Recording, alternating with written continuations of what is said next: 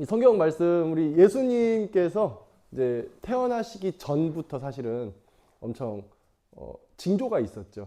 이제 뭐 천사가 와서 마리아한테 이제 예비하기도 하고 요셉의 꿈에게 계시하기도 하고 그리고 뭐 세례 요한이 태어나기도 하고 그렇게 있다가 이제 또 예수님께서 원래는 이제 나사렛에 있었어요. 요셉도 그러고 마리아도 그러고 나사렛에 있었는데 나사렛에서 이제 배가 이제 만삭이 돼가지고 이제 예수님께서 이제 곧 태어나게 되실 때에 이제 미가서 5장 2절에 보면은 예수님께서 오시기 한 600년, 700년 전쯤 이제 미가서 선지자 예언을 했어요. 베들레헴 에브라다야, 너는 고을 중에 작지 않다. 내게서 다스리는 자가 나올 것이다. 내게서 하나님이 나올 것이다. 임재할 것이다. 어쨌든 뭐 그런 미가서 5장 2절에 그런 예언이 있었는데 중요한 것은 그래서 마리아랑 요셉이 예수님을 잉태한 하나님을 지금 뱃속에 품고 있는 그 마리아가 지금 갈릴리에 있다는 거예요. 갈릴리 나사렛에 있다는 거예요. 갈릴리 나사렛은 베들레헴으로부터 직선거리로 따지면 120km예요. 근데 이제 아시다시피 뭐 직선거리지 그거는 얼마나 이제 산이 있고 막 이렇게 중간에 뭐 이렇게 그런 장애물들이 많이 있으니까 그러니까 보통 나사렛에서 베들레헴까지 직선거리는 120km지만은 좀 이렇게 돌아서 가고 이렇게 막 가려고 하면은 한 150km에서 한 180km 정도 걸린다고 해요. 근데 그 거리를 만삭인 여자가 그 180km 거리를 간다고 생각해 보세요. 얼마나 힘들었겠어요. 애초에 생각을 안 하죠. 그렇죠? 내가 아무리 아기를 이렇게 잊고 있어도 베들레헴에 가서 아기를 낳겠다는 생각을 안 해요. 심지어 뭐 마리아나 요셉이나 구원자가 베들레헴에서 태어날 것이라는 그런 말씀을 알고 있을지라도 내가 구원자를 지금 배에 안고 있으니까 베들레헴 가서 낳아야겠다. 뭐 그런 생각조차도 못했을 거예요. 네. 부장님, 아동 부장님, 오늘 지현이 저번 주에 났던 지현이가 10시에 일이 영만초 앞에서 기다린다고 하는데. 10시에? 네. 영만초 앞에서? 네. 누가 데리려고 했는데 영만초도 어딘지도 그 바로 모현동에 있어. 10분, 15분 걸리는데 여기서. 내비 키고 갔다 올게요. 부탁드릴게요. 네. 초등학교 전도한 애가 한 명 있는데, 네, 걔가 이제 온다 해가지고. 네. 어쨌든 그 만삭인 배로 그 말씀을 성취하기 너무 힘들단 말이에요. 그 베들레헴까지 어떻게 가? 그죠? 그러니까 그냥 그 자리에 그대로 있었어요. 근데 로마의 황제 아우구스투스가 전 세계, 그러니까 자기가 지배하는 온 식민지 통틀어 가지고 전부 다 칙령을 내립니다. 어떤 칙령이냐면은 호적, 자기 호적 등록해라. 이제 그런 칙령이 내려요. 그래가지고 자기 각자 고향으로 가야 돼요. 근데 이제 요셉은 다윗의 혈통이었잖아요. 다윗의 고향은 베들레헴이었단 말이에요. 그러니까 베들레헴으로 가야 되는 거예요. 그 180km의 거리를 베들레헴 가 만삭인 아내를 데리고. 네. 그러니까 완전 이게 하나님께서 성취하시려는 거죠, 완전. 그래서 그들이 결국에는 호적 등록하러 그 먼 길을 만삭인 아내를 데리고 먼 길을 가가지고 10일 정도 걸렸을 거예요. 10일 정도 걸려가지고 도착할 때쯤 되니까 그 밤에 마리아가 이제 배가 아픈 거예요. 그래서 그 자리에서 바로 이제 애를 낳고 오늘 있던 그 본문 말씀이 성취된 거예요. 그러니까 이거 보면은 이 말씀을 이 당시 사람들 베들레헴에 있던 사람들이 모르지 않았단 말이에요. 우리가 뭐 전주에 살든 군산에서 그 나름의 역사를 어느 정도 배워서 알고 있는 것처럼 베들레헴 지역에 있는 사람들도 우리 지역에서 구세주가 태어나신대. 어제 그런 생각을 가지고 있었을 거예요. 베들레헴에 사람이 한 1,500명 정도 이 당시에 있었을 거라고 추정을 하는데 그 1,500명 사람 중에 메시아가 태어난다면은 여기서 태어난대. 야, 누굴까? 야, 저기 옆에 있는 저 누구냐? 그 무엇이냐? 김씨 아내일까? 아니면 누구 배에서 이렇게 태어날까? 어쨌든 그런 생각을 할 수도 있잖아요. 그런데 전혀 뜻밖의 곳에서 나사렛 저기 촌동네 거기는 뭐 베들레헴이 1,500명이면은 나사렛은 한 200명 정도 되는 그러니까 엄청 작은 시골 동네죠. 거기에 있던 한 처녀가 와가지고 여기서 애를 낳는 거예요. 말씀이 그렇게 성취된 거예요. 베들레헴 중에 어떤 한 여자가 낳겠지 했는데 그게 아니라 나사렛에 있는 저 촌동네 여자가 와가지고 여기서 낳게 된 거예요. 이 성경 말씀이란 게 참 그래요. 하나님의 뜻이란 게 그래요. 그 엘리야 때도 마찬가지예요. 엘리야 때 엘리야의 이제 후임자를 뽑을 때가 됐어요. 그런 말이 이미 돌고 있었고, 그런데 엘리야 후임자를 뽑을 때 속닥속닥거리면서 야 네가 될 것 같지 않냐? 야 쟤가 될 것 같지 않냐? 그런 말이 돌았어. 어디서? 신학교에서. 그 엘리야 선지자가 있을 때에도 그 선지자를 키우는 그런 학교가 있었어요. 그걸 이제 선지생도라고 해요. 그 당시에 선지생도. 그러니까 선지생도들이 나름대로 어떤 교육을 받고 뭐 이렇게 먹고 마시고 하면서 그런 지원을 받으면서 선지생도를 키우고 있었는데, 선지생도들 중에서 야 네가 되겠지, 얘가 되겠지 하고 있었는데, 선지생도들 중에서 한 명도 되지 않고 누가 돼요? 엘리사가 됐어요. 엘리사 뭐 하는 사람이에요? 농부였어요. 어느 날 갑자기 엘리야가 하나님의 성령 받아가지고 농부, 야 옷을 딱 던지면서 내 뒤를 따르라 라고 말하면서 엘리사가 갑자기 된 거예요. 뜻밖의. 성경에 그런 역사 얼마나 많은지 몰라요. 이집트에서 백성들을 끌어낼 때에도 이집트 안에 있는 사람이 아니라 이집트 밖에 있는 저 모세가 끌어내고, 하나님의 역사는 여기서 되겠지 했는데 저기서 되고, 베들레헴도 마찬가지였어요. 주의 구세주가 여기서 태어나겠지 했는데 저기서 와가지고 여기서 낳고 가는 거예요. 그것도 하나님의 어떤 말씀이 성취가 이렇게 되는 것도 정말 좀 놀라운 일이죠. 이런 식으로 성취됐구나. 어쨌든 애를 낳았어요. 낳으니까 천사들이 와가지고 막 영접을 해요. 그리고 천사들이 그 기쁜 소식을 저기 들판에 있는 목자들한테도 전해가지고 목자들이 또 같이 영접을 해요. 그리고 나서 예수님께서 그 베들레헴에 좀 계시다가 8일째 되는 날에 베들레헴 바로 옆이 또 예루살렘이 한 5km에서 10km 내지 걸리는데, 거기 가가지고 이제 할례를 받습니다. 8일 된 남자아이는 할례를 받아요. 할례 받으러 갔는데 성령에 충만했던 시므온이라는 사람이 있었어요. 그 시므온이 또 예언을 해요. 여기 이분은 하나님이시다는 걸, 구세주라는 것을, 그리고 이분이 앞으로 어떻게 살 것이라는 것을 시므온이 예언을 해요. 뿐만 아니라 안나도 그 장면을 목격함으로써 여기 오는 사람마다, 그러니까 예루살렘에 시므온이랑 안나가 항상 거주하고 있는데, 여기 할례 받으러 오는 사람마다, 제사 드리러 오는 사람마다 안나가 전하는 거예요. 구세주가 나셨다고. 기쁜 소식을 전하는 거예요. 그 역할을 시므온과 안나가 계속 한 거예요. 그러니까 어때요? 온 이스라엘은, 그러니까 예루살렘이 수도잖아요. 그리고 예루살렘은 1년에 한 번씩 어쨌든 모든 사람들이 다 모이는 곳이야. 애를 낳아도 와야 되고 제사 드리러도 와야 돼. 그러니까 예루살렘 중심지예요. 근데 그 중심지 올 때마다 뭐라고 해요? 안나랑 시므온이 구세주를 내가 봤다고. 구세주가 오셨다고. 그런 말을 계속 전하는 거예요. 그러니까 온 이스라엘 사람들은 구세주에 대한 그 소식으로 가득 차 있었을 거예요. 점점 차올랐을 거예요. 어쨌든 그런 와중에 오늘 또 성경 본문 말씀. 자, 어쨌든 예루살렘에서 예수님이 할례를 받고 다시 또 어디로 갔냐? 다시 또 베들레헴에 갔어요. 베들레헴에 가서 좀 요양을 하고 있었던 것 같아요. 제 추측인데 아무도 몰라요 이거는. 바로 예루살렘에서 갈릴리로 갔을지, 아니면 베들레헴으로 갔을지, 아니면 갈릴리로 갔다가 베들레헴에 있었을지, 그건 아무도 몰라요. 성경은 그것까지 말하고 있잖아요. 어쨌든 베들레헴에 있었습니다. 예루살렘에 갔다가 베들레헴에 있었어요. 베들레헴에 있었는데 동방 박사들이 찾아온 거예요.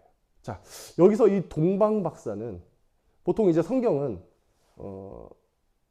이 성경 시대 때는 페르시아를 바사라고도 하고 그러거든요. 그러니까 페르시아도 알고 있었고 인도도 알고 있었고 이 당시 사람들은 알고 있었는데, 이 동방이라는 뜻이 좀 애매모호해요. 도대체 어디서 왔는지 모를 사람일 수도 있다는 거예요. 이분들은 어디서 왔는지 모르겠다. 그냥 동방에서 왔다. 그런 의미를 내포할 수도 있어요. 동방 박사들이 왔는데 이 사람들은 현자들, 지혜자들 중 한 사람이었어요. 그리고 여기 보면 뭐 사람들이 뭐 3명이다 하지만은 3명이 아니라 정말 많은 어떤 그 수행자들을 함께 이끌고 그 유대의 궁전까지 들어갔습니다. 유대의 궁전까지 들어갔다는 것은 많은 수행원들을 이끈 사신 정도라고 생각하면 될 것 같아요. 사신. 어느 한 나라에서 보낸 사신. 많은 이렇게 예물을 가지고 온 사신. 그래서 유대 왕국에 왕국에 들어가가지고 메시아가 나셨는데, 어떻게 어디 계시냐? 우리가 그 별을 보고 오다가 그 별을 우리가 잊어버렸다. 어디 계시냐? 하니까 한번 성경 보니까 베들레헴에 계신다. 한번 가봐라. 이게 바로 옆이다. 5km 정도 걸린다. 해가지고 가고 있었는데 갑자기 별이 하나가 갑자기 나타난 거예요. 그래서 그 별을 쫓아가는데 어느 한 집 위에서 머문 거예요. 그 집에 들어가니까 아이가 누워있고 엄마가 누워있고 해가지고 거기서 예물, 황금과 모략과 유향을 드린 다음에 경배하고 바로 이제 고국으로 돌아갑니다. 왕국에 들리지 않고.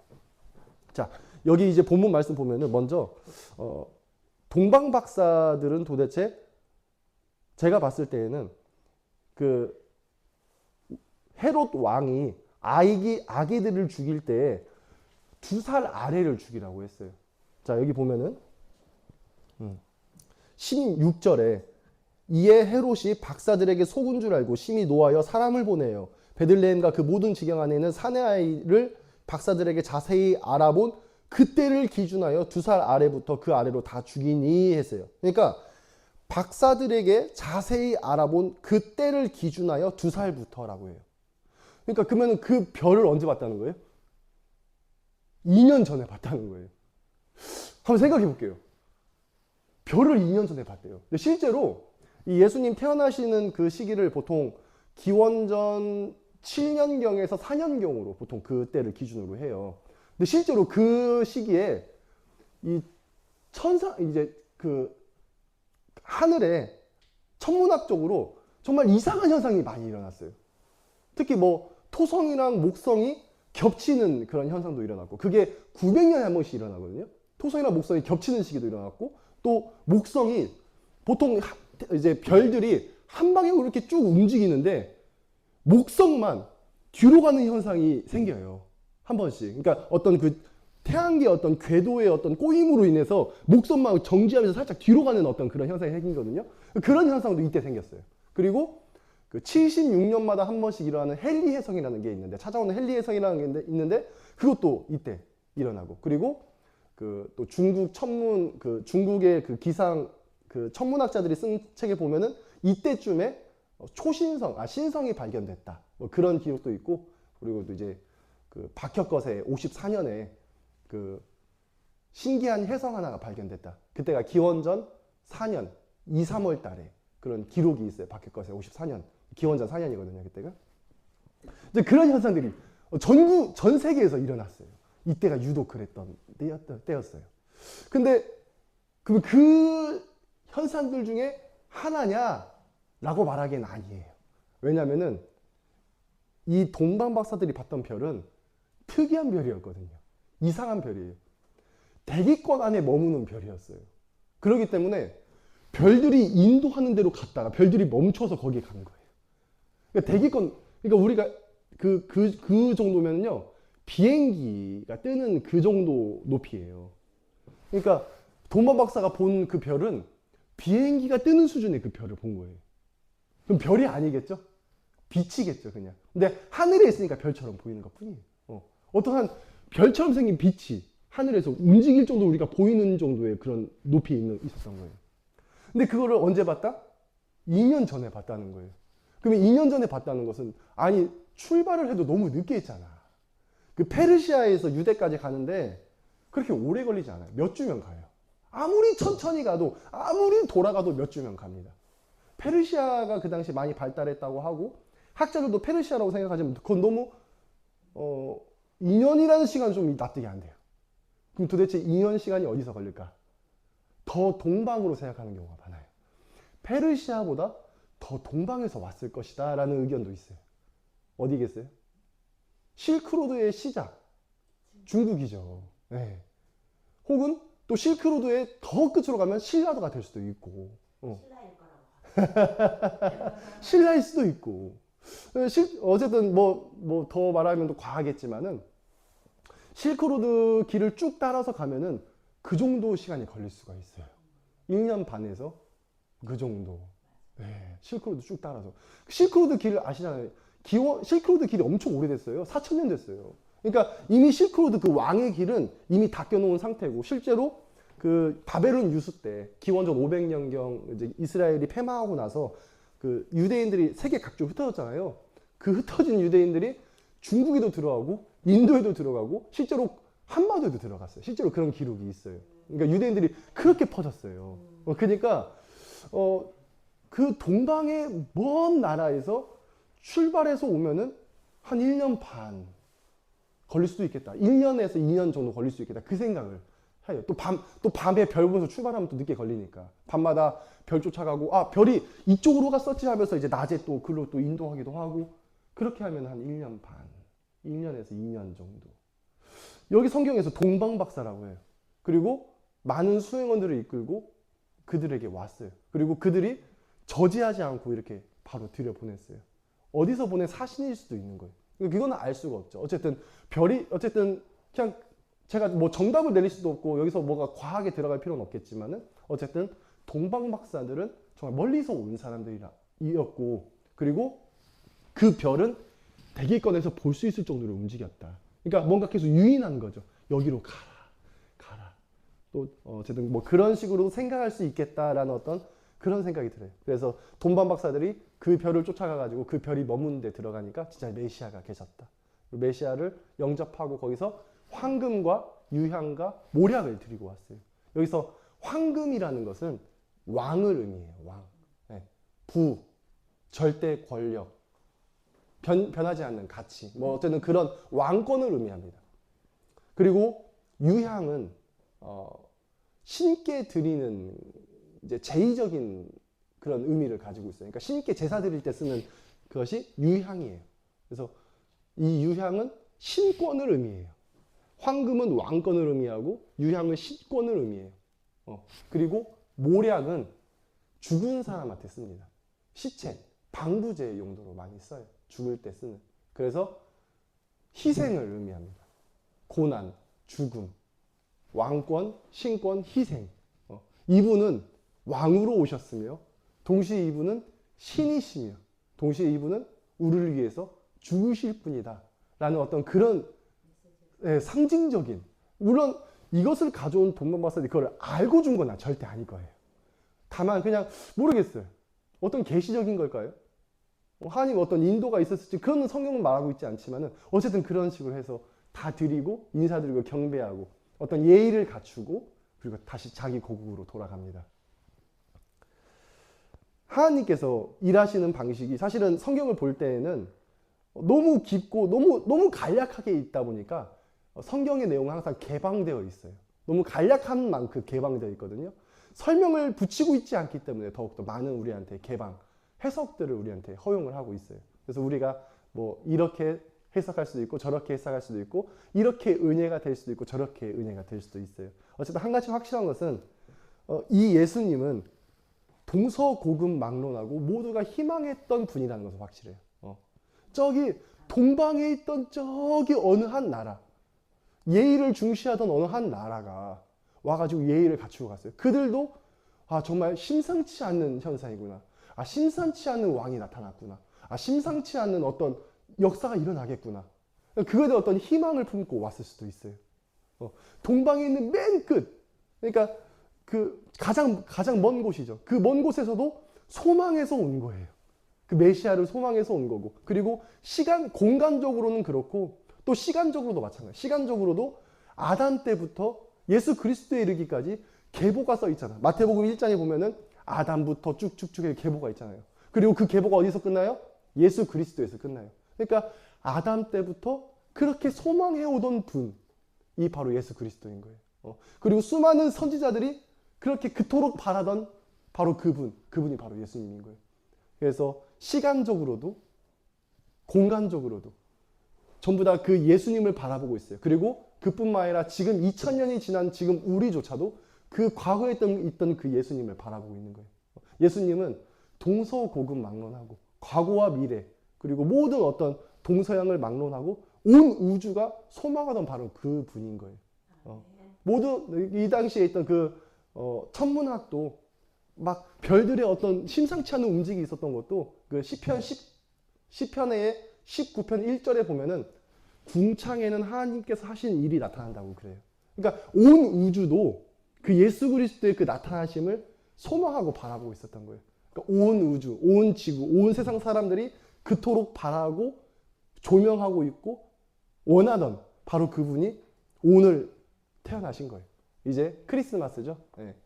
3일 뒤면 크리스마스인데 바로 그분이 이제 태어나신 날이에요. 물론 그냥 아무도 몰라요. 예수님은 봄에 태어나셨을 것 같은데 제 생각에는 또 학자들 의견에는 봄에 태어났을 것 같은데 그래도 우리가 예수님 태어나신 날을 그날 기념하기로 했으니까 12월 25일 날 기념하기로 했으니까 우리가 크리스마스를 맞이해 성탄절을 맞이해서 다시 한번 예수님께서 나심을 기억하고 하나님께서 주신 가장 귀한 선물이다 라는 것을 기억하면서 그렇게 또 한 주간을 보냈으면 좋겠습니다. 아멘.